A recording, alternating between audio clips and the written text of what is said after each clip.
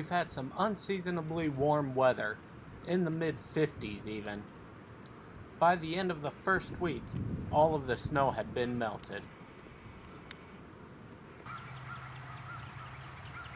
It seemed that the hard times was over for the deer.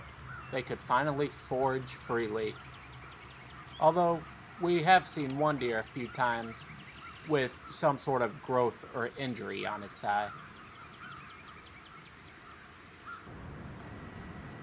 Even the skunk cabbages were beginning to bloom.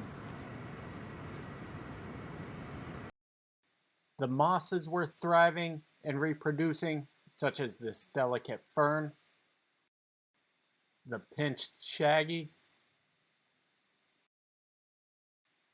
purple fire, and we discovered a new moss on the sanctuary, yet to be identified. More. And now we have the falcon nest box in Oswego officially up with the camera pointed at it. I misunderstood where it was going in last week's journal. It went next to the smokestack rather than on it. And just as we were leaving the power plant, we happened to see the pair of peregrine falcons. So far, neither of them have entered the box, but we're still waiting with our fingers crossed. Okay, the drop down on this side. You see a little white dot right above the corner. He's above that. But after a few days of this nice weather, some Arctic winds started blowing in. And then came the snow. Before we knew it, we were inundated. We got somewhere between 2 and 3 feet in just a 24-hour period. It took us nearly 3 days to get all the way to the back of the property.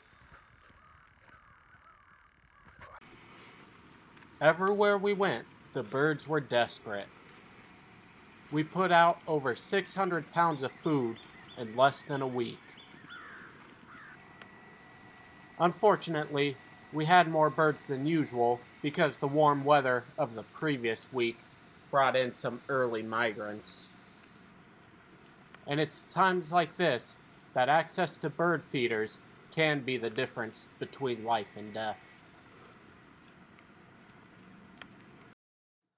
The heavy snowfall did bring forth a pristine sort of beauty, undisturbed by any footprints of any animals. Although deer seemed unencumbered by the heavy snowfall, they must have felt the energy expenditure of travel was worthwhile because the buds on trees were enlarged because of last week's weather. And we saw several flocks of snow geese heading north to the Arctic tundra to their breeding grounds.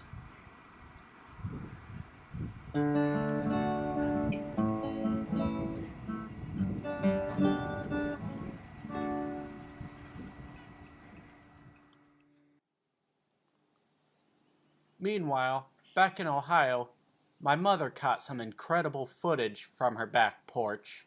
Thanks, Mom. This is the family cat, Sophia. Although they've been feeding her since she was a kitten, probably close to 15 years ago, and allowing her access to the indoors in typically harsh weather, she still remains pretty much feral and untrusting of humans.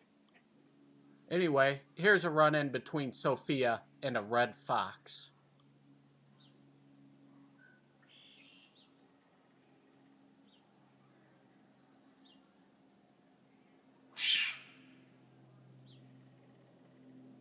It appears to me as if the fox is trying to assert its dominance over the territory.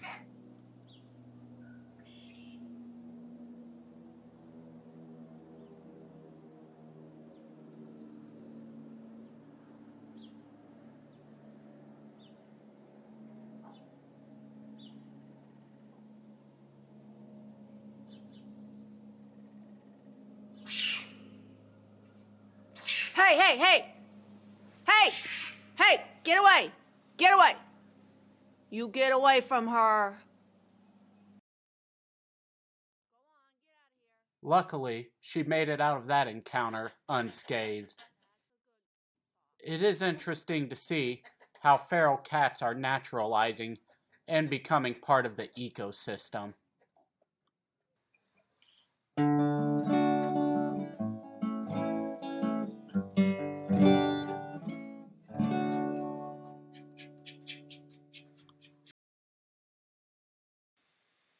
And that wraps up this journal entry.